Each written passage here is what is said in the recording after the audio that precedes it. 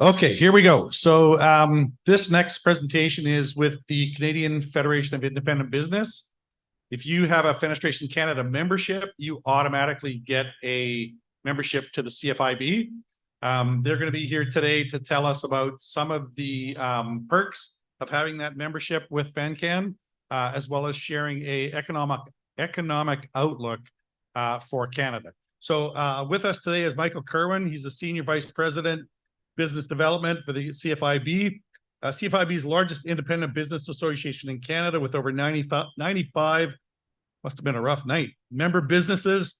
Mike's been with CFIB for 31 years, has held a number of positions, including General Manager of Southwestern Ontario, Senior VP of Sales, supervising about 200 CFIB salespeople across Canada. More recently, Mike's been working to promote the benefits of CFIB membership to franchise groups and associations. And here we are. All right, so Michael, take it away. Thanks, Terry. Okay, so now for something completely different than other presentations you've been hearing. I'm going to give you a little overview of some of the things that CFIB does, the benefits for CFIB members, including all the members of FenCan. And then I'm going to ask my colleague, Marvin Cruz, who's our Director of Research, to give you a little bit of an economic outlook. So what to expect in the year ahead.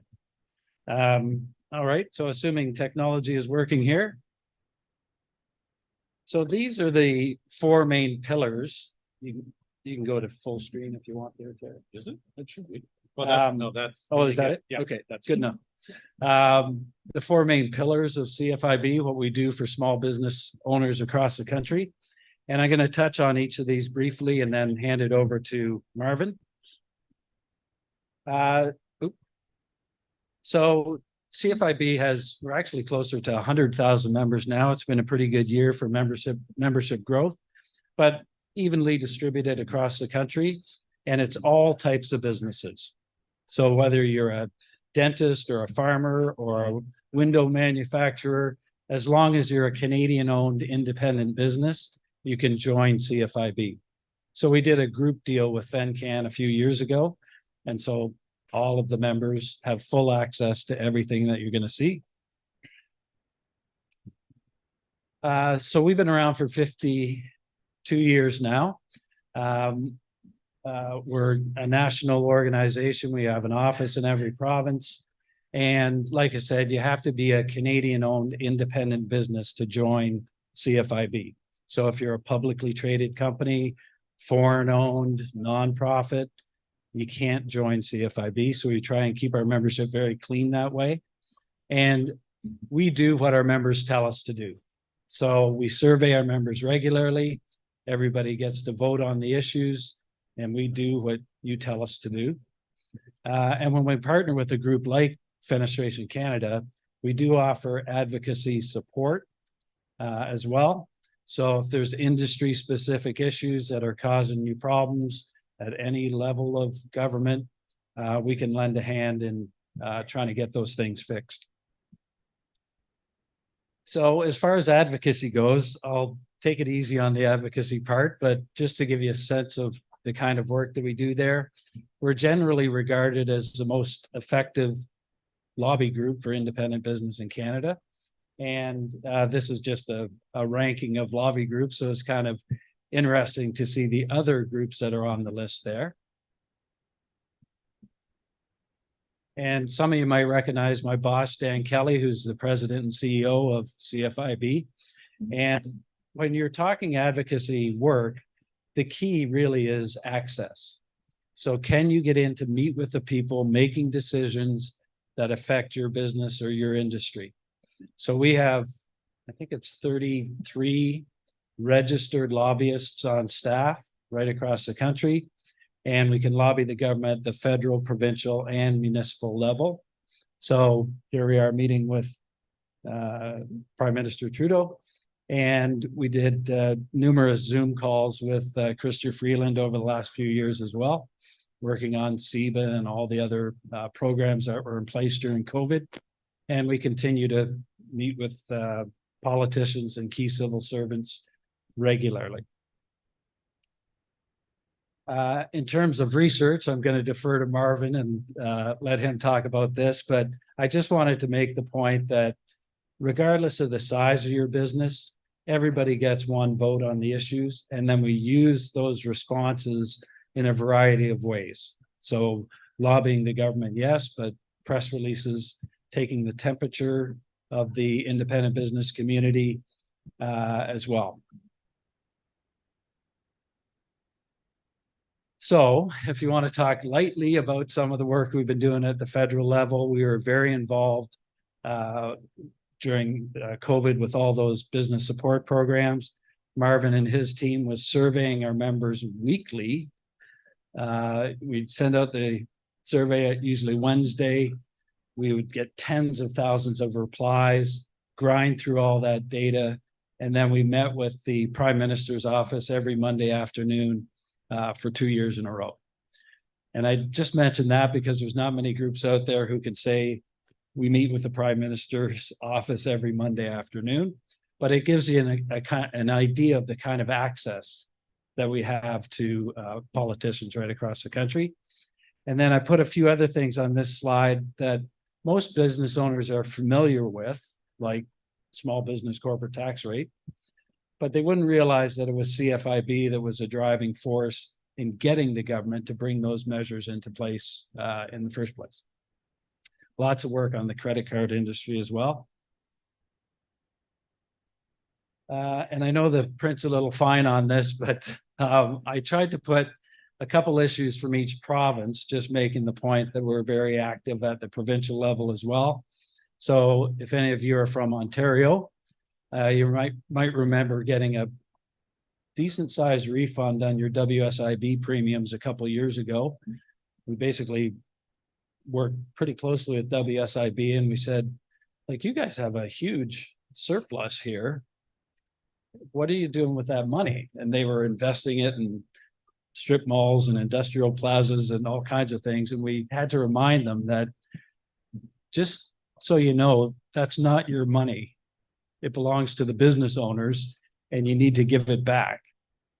So it took us almost 10 years to make this happen. But eventually WSIB said, okay, we're giving back $2.5 billion to the business owners. And that's where that either credit on your WSIB account came from, or if you wanted to, they would actually send you a check.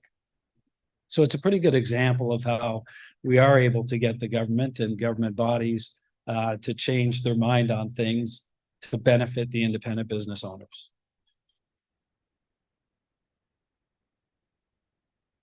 And for better or worse, the government continues to do things that can be frustrating to the business owners, which keeps us very busy. So I just listed a few things we're working on in each province and at the federal level. I will admit municipal is tough, lobbying all the municipal governments in the country. I think there's 442 just in Ontario. So we focus mostly on business property tax and municipal spending. So we're constantly working with municipal governments to get their spending under control and also to try and limit the load that they put on the independent business owners. So that's my quick overview of advocacy, and I'm happy to answer any questions at the end. The second big pillar of CFIB is advice and information. So we have 35 people, we call them business advisors right across the country. And their job description is answer the phone and help the business owner. That's it. So you can call us about anything you want, business related, preferably. But most of the time we get calls about HR issues, compliance, regulation, those sort of things. But as you can imagine, during COVID, it was just nothing but COVID all the time. And normally we get, I would say, between 80 or 100 calls a day from people somewhere in the country who need help with something. During the peak of the pandemic, that went up to over 1,000 incoming calls per day, which was crazy busy for us. But we pulled about 100 people off their regular jobs just to answer the phone. It's calming down a bit, but we're still getting more calls than we ever did. There's no cost for this service for CFIB members. And I just mentioned that because a lot of you would have seen HR support type companies popping up all over the place, like HR Downloads, Peninsula, those guys. And they're good companies, but they're expensive. And we've been doing this at no charge for 50 years. So if you run into any questions about government, HR, problems with employees, whatever it is, I've always said to people, call us first. We don't give accounting advice. We don't give legal advice, but we can always point you in the right direction if that's what you need. And everything we do, with the exception of this particular presentation, is available in English and French.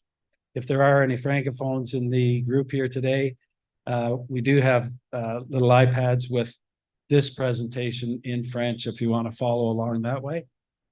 But everybody deals with HR issues sooner or later, and they're tricky. And there's some liability involved there. So we do this for a living, and we can effectively be your HR department. So anytime you have a question, I've always said, call us first and we'll help you with whatever it is.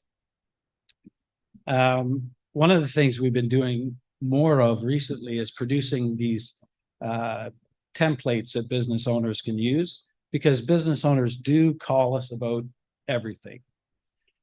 And with respect to all the business owners in the room here, I've just learned that business owners are so good at what they do for a living and not so hot on dealing with all this stuff.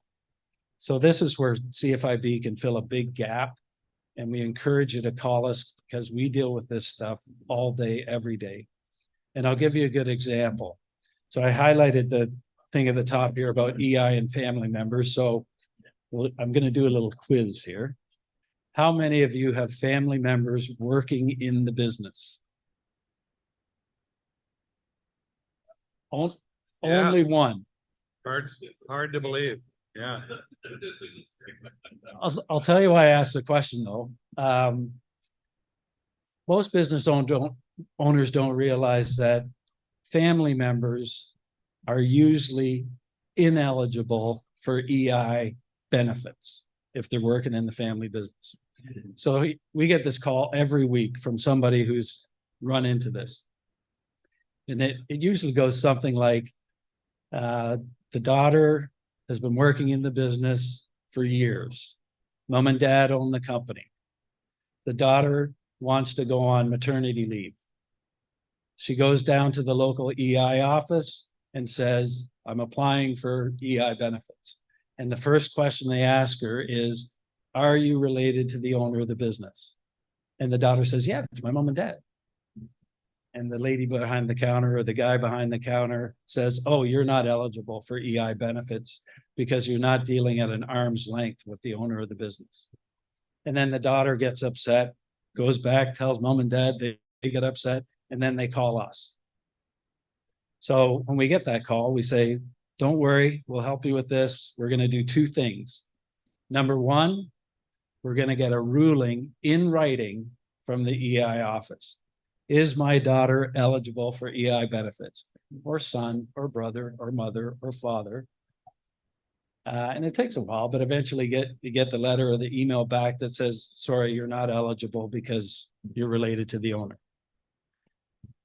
Then when you get that letter, call us back and we're going to help you get a refund. So they'll go back 3.5 years on this, and you usually end up getting back between $5,000 and $7,000 per family member. My favorite example of this was I talked to a guy in Waterloo, manufacturer, by the way. And I told him this story. He told me I was full of baloney.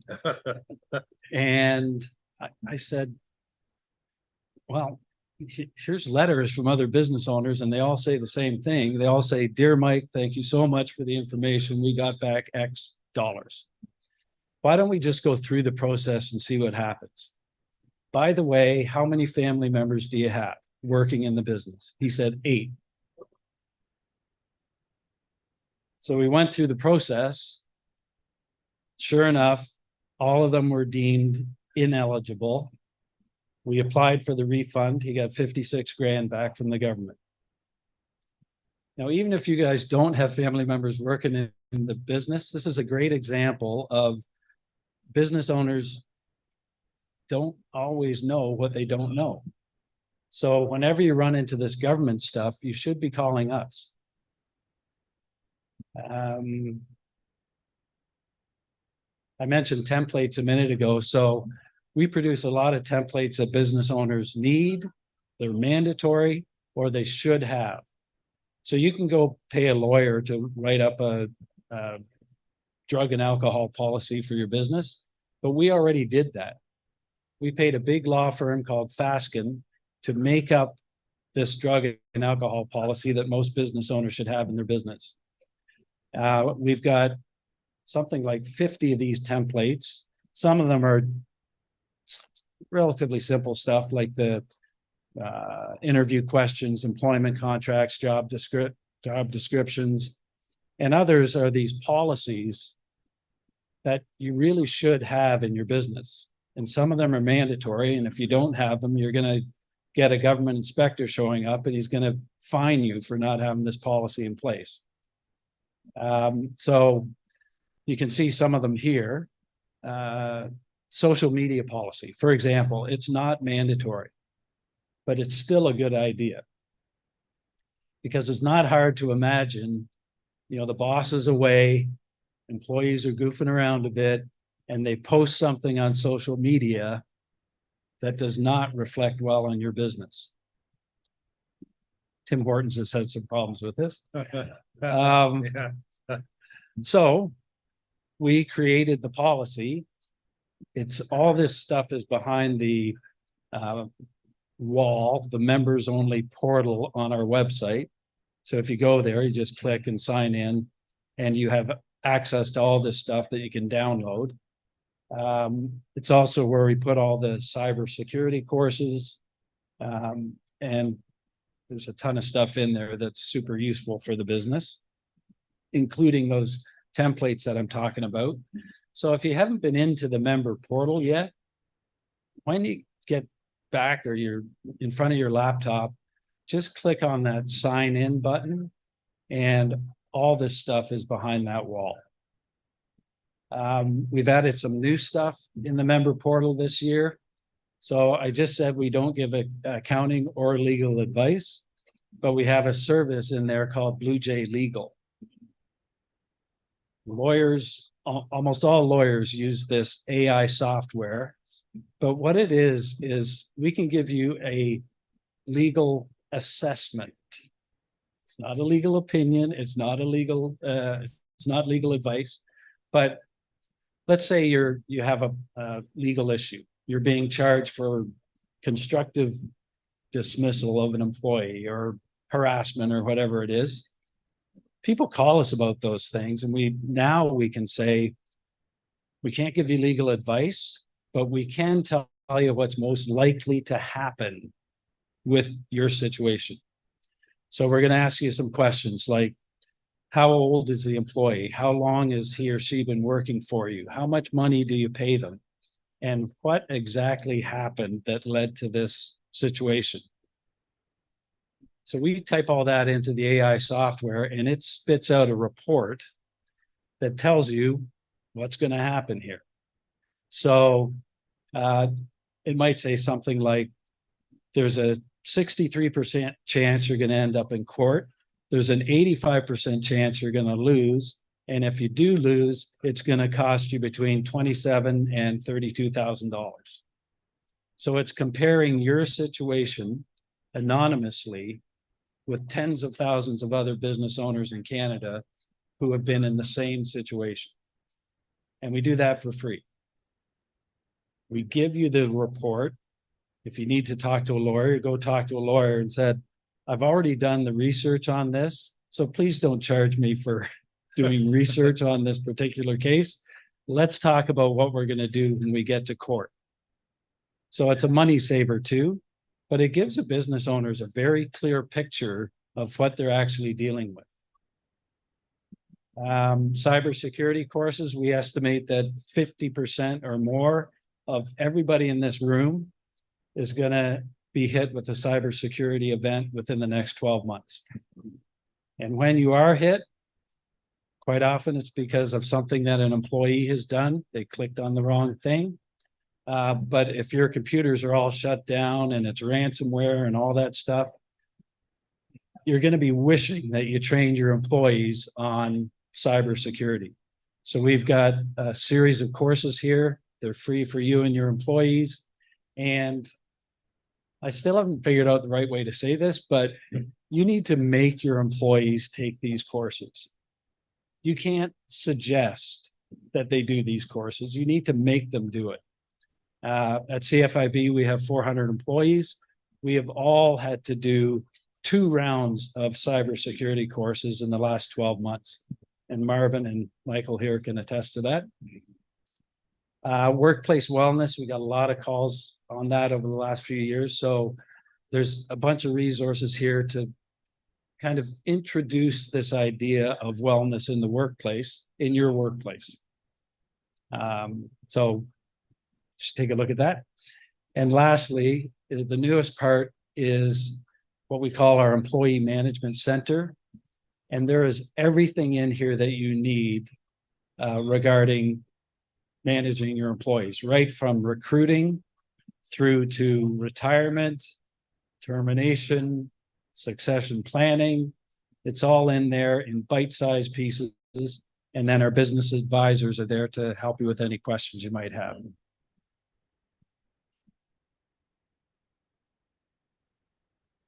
We do webinars regularly, as many of you would know. So we buy 2,000 seats for every webinar. They're free for you and your employees.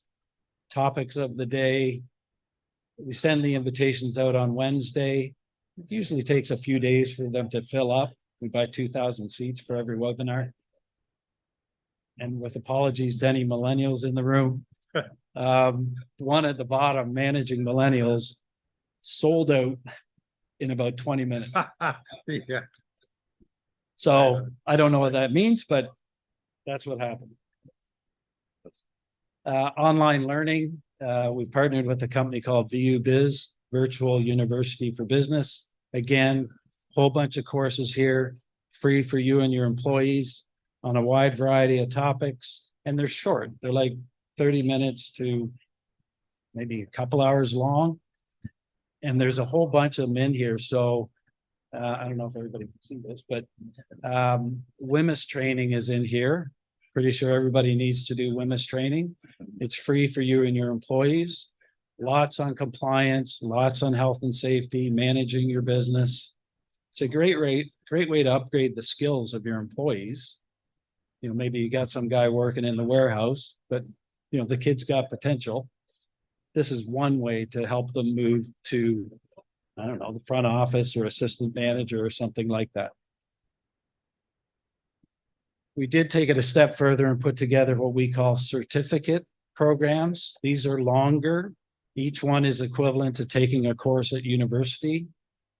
So the print's a little fine here, but health and safety, marketing and sales, human resources, small business management. So these ones are not free. They're $69 each versus a regular price of $300, but they do count as a credit at Athabasca University. So I always thought this was, you know, a good idea and kind of nice that people can get some courses. But I got a call from a member, this is going back a few months, but he was calling, asking me, how do I track whether my employees have done some of these courses that I wanted them to do? And I said, well, you can go in there and list all your employees and you can actually see which courses they've completed. And then I said, we've also got these university courses. And he said, oh, I know all about those. We use those in our recruiting process. I said, well, how does that work? And he said, well, shortage of labor, right?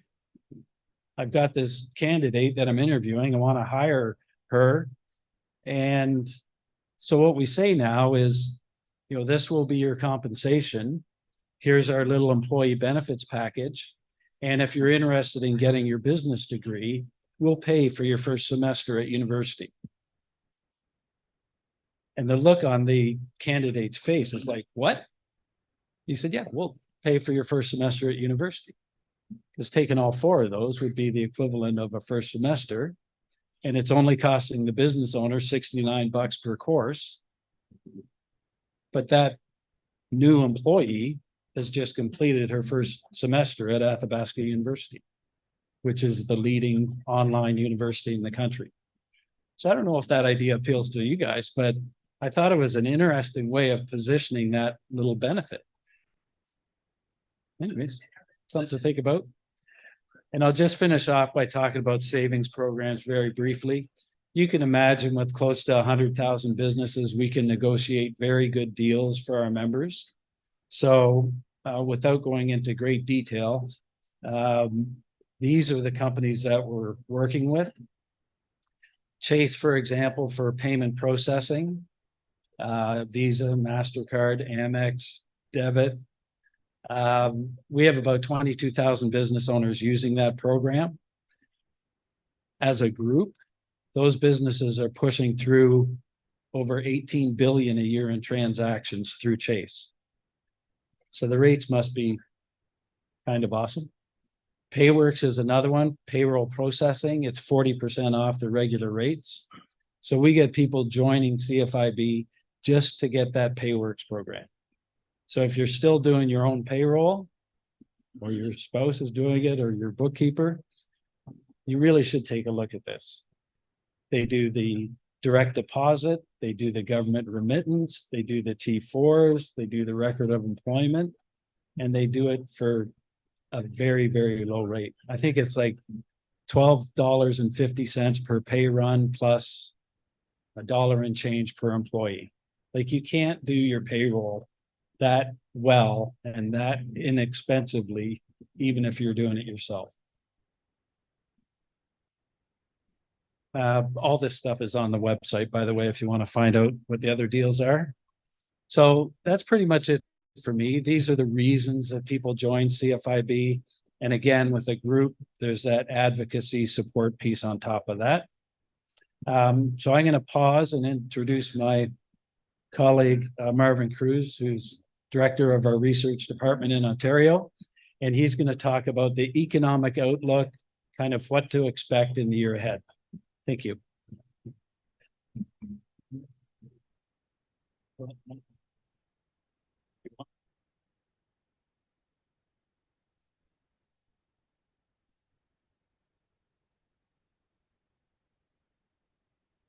This is a little noisy.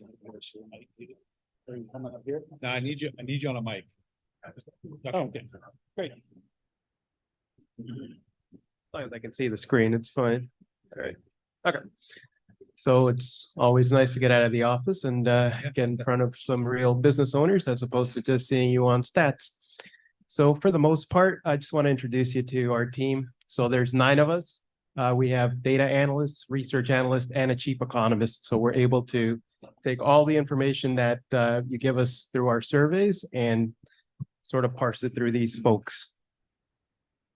So first of all, I just wanted to show you that in 2023, we've done about 38 member surveys, collected about 55,000 questionnaires from members. So if you are in this room and you answered one of our surveys, thank you very much. And if you haven't, perhaps after you see this presentation, you might want to be inclined to go and sort of fill out one of those things when you get it in your email. So first, I'm just going to walk you through some of the findings that we get from our monthly surveys. We have a couple of them. We do a monthly survey of general issues, and we also have a business barometer, which has more economic outlooks aspects to it.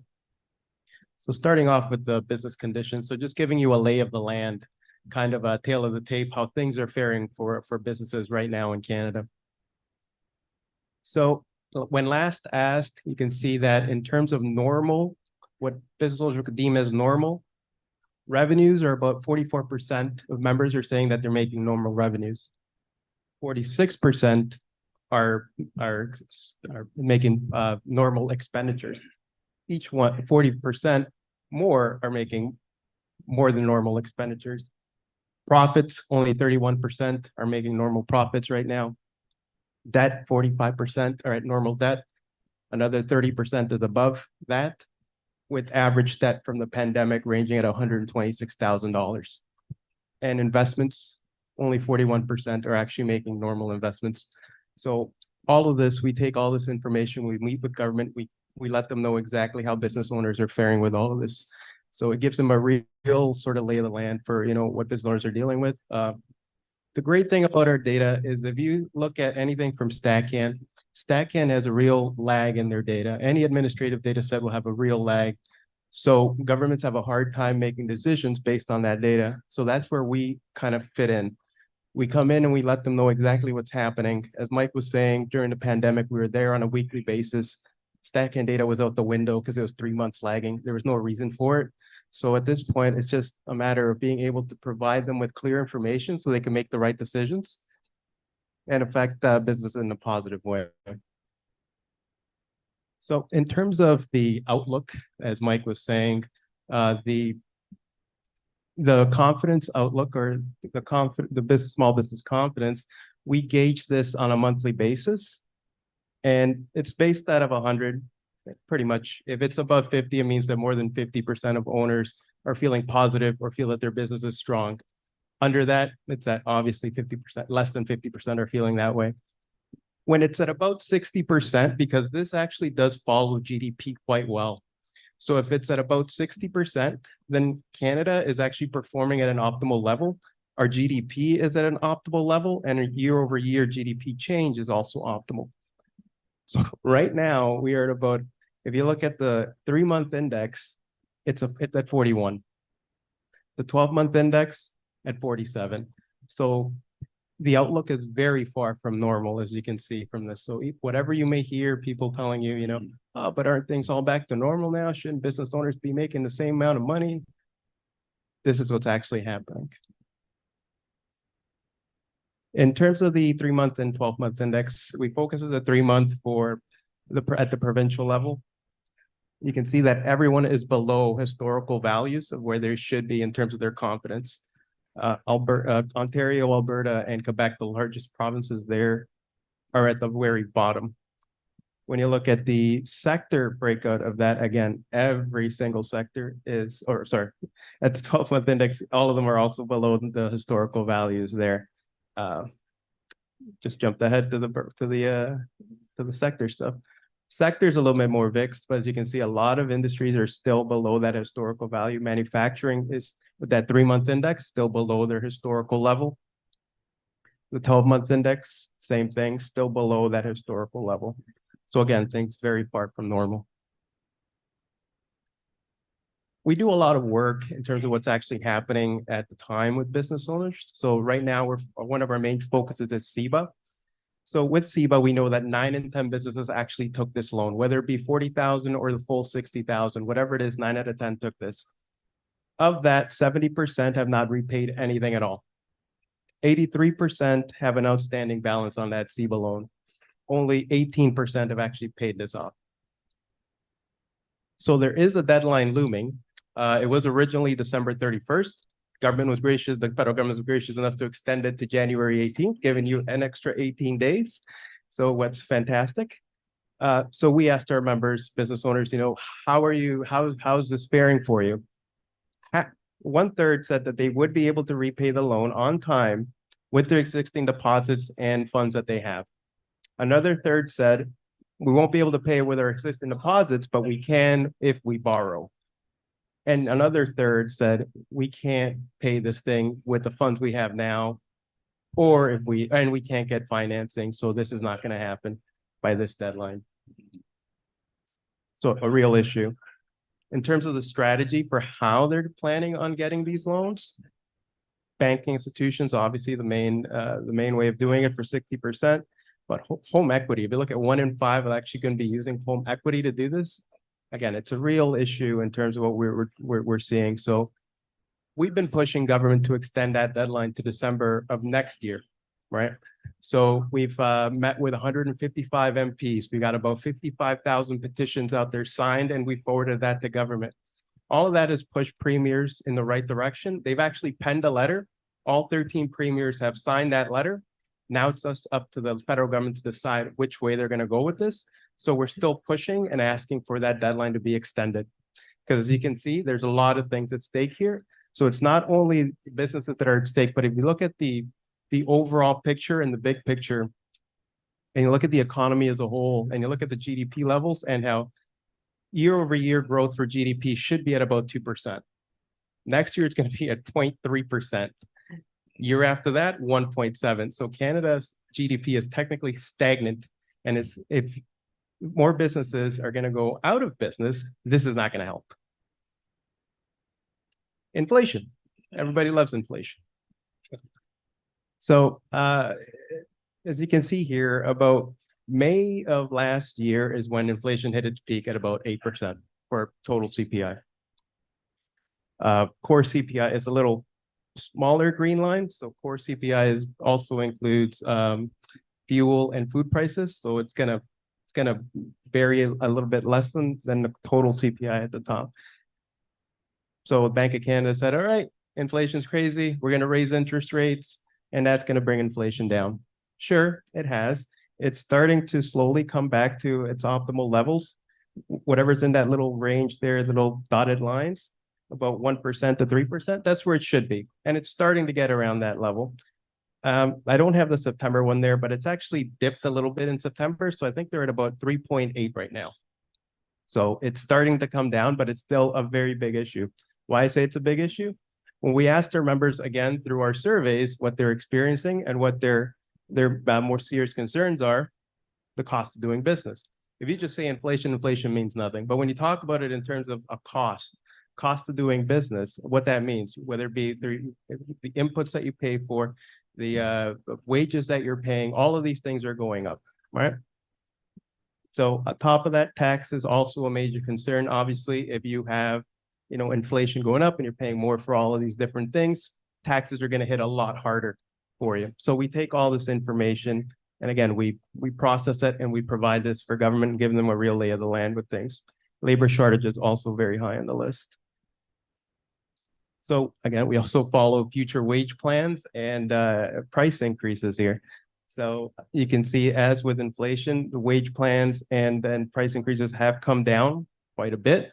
They were at about 4.9% year over year, which is pretty high for the next 12 months.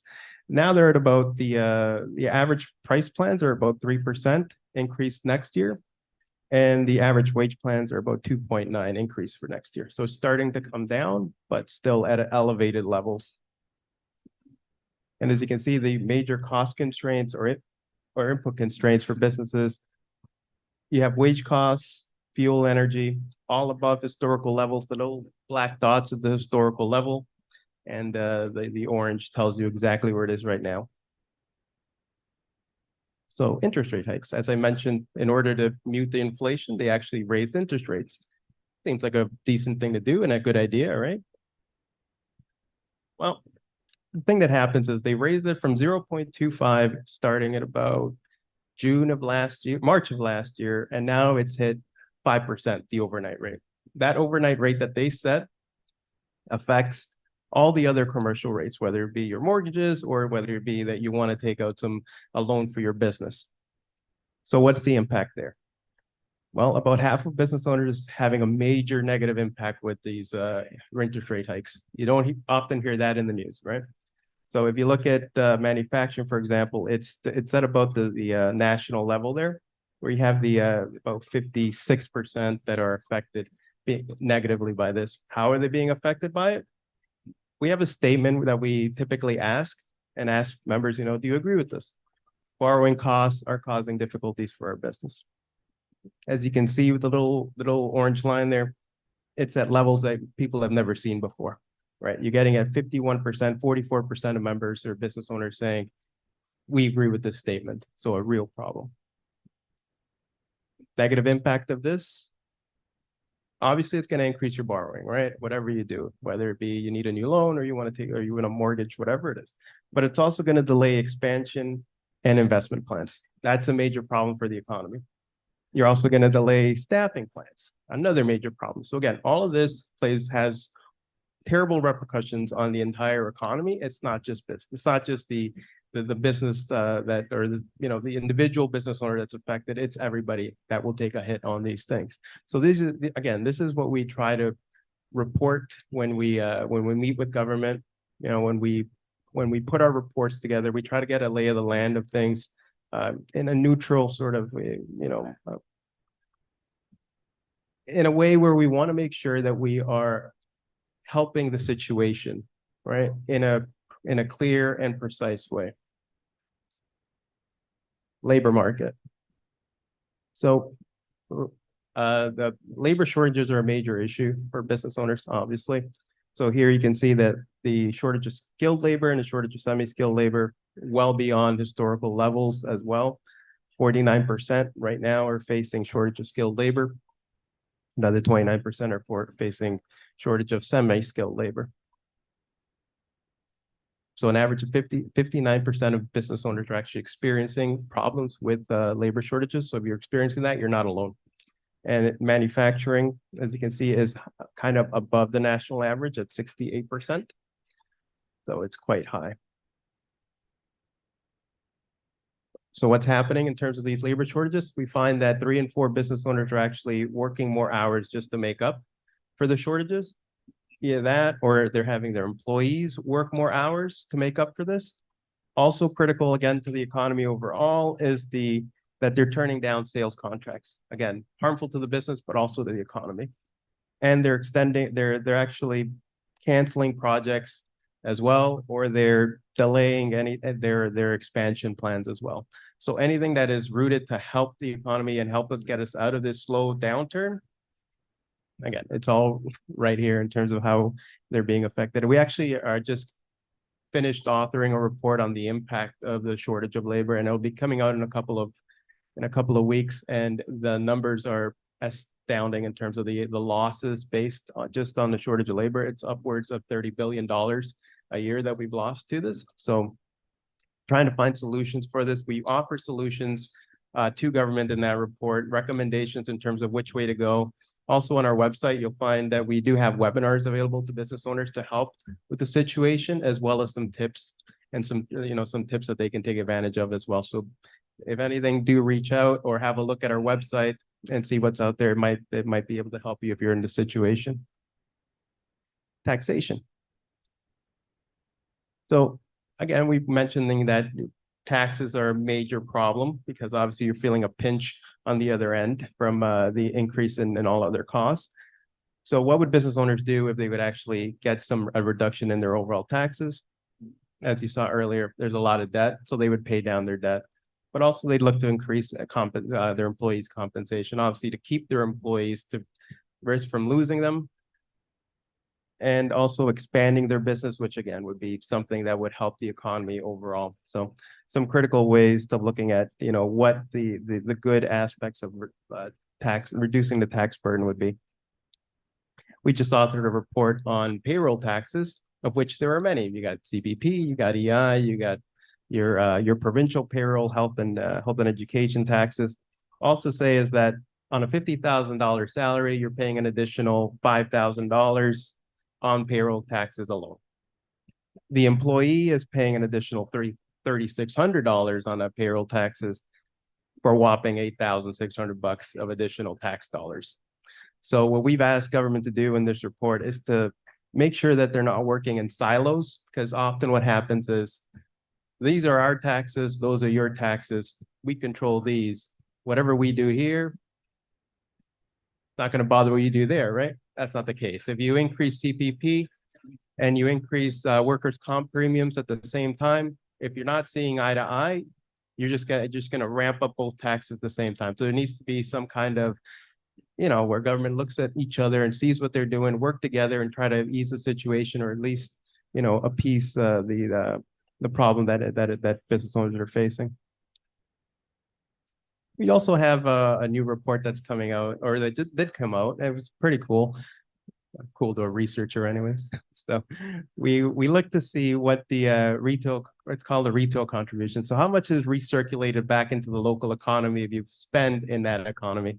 So if you spend at a small business in Ontario, for example, 66 cents of that dollar goes back to the local economy, whether it be through what's profits are paid to owners, whether it's through labor, services, goods, charitable donations, all of that.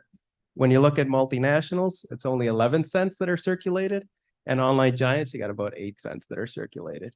Right. So in our upcoming Small Business Saturday on November 25th, and obviously, you got Black Friday and everything happening soon. We're sort of pushing for all of this, for business, for just the public to understand that this is what is actually happening when you spend your money, right? I mean, all of us, it's difficult to turn down good deals, but sometimes you got to pay a little bit more with your wallet and try to help out your local cause. So I guess just to finish it off here, everything's still very far from normal, despite we may hear. There's additional action that is needed on CEBA, obviously, and we're pushing for that. Inflation's still at elevated levels, even though it's still coming down. It's having obviously a detrimental effect, not only on businesses, but the economy as a whole. Labor shortages are persisting. And there's real benefits if government reduces taxes and costs for business owners, and it's obviously in the end, it's also very important to support small. And support local in a sense, right? That's it for me. Anyways, thanks for that. The man with the hat.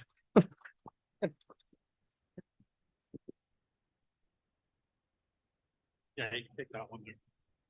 Oh, you had a question. All right, cool. Well, thank you all. Hello. Boy, yeah, better. All right, so to the first presentation, I was curious. I could see that BC being a fairly, I mean, this is biased, not from BC, but I see Ontario and Quebec has quite a bit of membership, call it representation, but BC was like 9,000.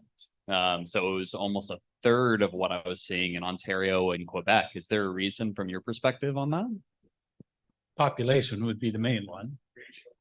Yeah, Ratio businesses. it's pretty evenly.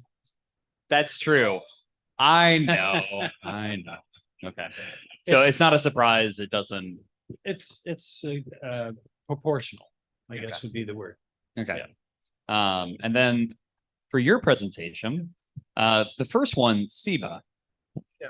So, I mean, looking at it from a business perspective, if I have a $60,000 loan and $20,000 of it I'm going to get back, and there's not an interest rate for it, what would be the incentive for paying it off within, like, obviously paying to it to make sure you get the incentive is important, but the idea of extending it, I guess, what was the feedback that you got that convinces you that the extension makes sense?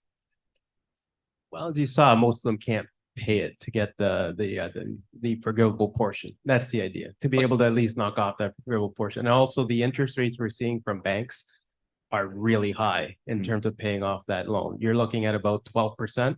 Okay. On average. We've also seen numbers as high as 18% on a loan, just so you can sort of pay back. And we've also done the calculation to see, how much are you actually going to be saving, and you're saving a lot more if you're actually able to get that forgivable portion rather than paying off your loan and applying for a loan, applying for a business loan right now with your bank. Okay. So we've done that sort of calculation, and it makes sense to extend that for everybody. That's helpful. All right. So last question is, obviously the overnight rate matters a lot here as far as the effective conversation. So what are you hearing back from governments on what those next steps for the overnight looks like? That, I mean, we obviously they put a pause on it last month, that they are not raising it for the moment. But it is an interesting conversation where I think we're having an industry kind of watching people gear up. Developers grind their heels in and say, it's okay. We're going to slow down the projects. We're going to just bring it back. We know that the interest rate's going to go back down. And so they're preparing for the interest rate to come back down so that they can jump back in and it's profitable for them. Yeah. So how is that conversation going on for you guys? What are you seeing on your side? It's a typical, nobody has a crystal ball. I wait gotta, to see what happens. I mean, they've already done a conditional pause in March. They did it for 2 months then in 2023. And this is the second time the conditional pause. They increased it after that one. So who knows what's going to happen with this? But as you can see, even premiers are writing letters and saying, please don't. Like Wow. we're at this point where it's like high enough, like everything, as you can see, there's a lot of detrimental effects when you raise it. So it's making sure that they're taking that into account as well. It's great to bring inflation down, but what are you doing to counterbalance the fact that these interest rates are rising in that fashion? Are you reducing taxes in other areas? Are you providing them with other incentives to like there's got to be a give as well as a take with it. Yeah. It's the piece that keeps coming back to mind for me is depending on the rate in which that changes and then the support on that could have just equally detrimental effects is a lot. I mean, can't speak for all the manufacturers here, but some of what you're talking about, we're still moving very fast. The growth on our sector is still moving pretty aggressively. So the ability to continue to produce for it is not, we're not where we were in 2021, 2022. That was hard. That was really hard. But if we were to go back to that right now, it'd be very challenging. I think you'd start to see some market cracking. Anyway, thank you. Hi. The on the interest rate point, the effects of those rates, obviously, on this sector in particular, people in here is worse. There's other elements that weren't even on your slide there, right? Because when these rates are high, everybody stops taking their line of credit out of their mortgage and financing their window replacements. That's been a killer. But at any rate, the one thing you had on your advocacy piece was Bill C2 something about selling your business to a family member. I have no idea what that is. Can you explain that? Sure. Keeping in mind, I'm not part of the advocacy team. So for years and years and years, you were further ahead to sell your business to a complete stranger from a tax point of view than you were to try and sell it to a family member. And that never made sense to us because a lot of times family members are working in the business and probably the best people to take it over and continue to grow the business. So we lobbied the government for years and years and years, trying to get them to change that. And in July of 2021, finally, the government said, okay.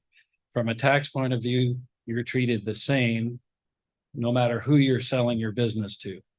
And I never really got how important that was. And I was given a speech to a podiatrist association a few months ago.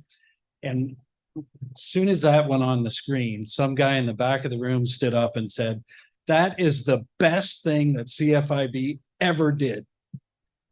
And I said, why is that? And he said, my wife and I were going to sell our business in April 2021 to our kids. And our accountant said, just pump the brakes on that a bit. There's a piece of legislation that could go through later this year. So they didn't sell their business. The accountant called them back in July and said, it just passed. It is now law. Go ahead and sell your business. So they did the transaction, sold their business to their kids. And he said, we saved $181,000 by waiting 4 months. So that's what it is. And it's one of those kind of quiet issues that we just work away on year after year, waiting for somebody to say yes. And it finally happened. Thanks. I also wrote that paper. And that's, it was all Marvin. A big one in this industry, even though somehow we ended up with a room full of window people that don't have any family members working in the business. I don't know how that happened. That's like we fell out of a boat and didn't hit water there, but yeah. All right, so we're on time. So Michael, Marvin, thank you very much. Appreciate it. If you're a FenCan member, you're a CFIB member, so take advantage of it. make those calls, reach out. There's lots of resources that can help you. So take advantage of it. All right. Give us just a few minutes. We'll get going on the last session of the day with Jonathan Layton and Jeff Baker talking about size specific U values for fenestration products. We're right next door if you want to talk to us.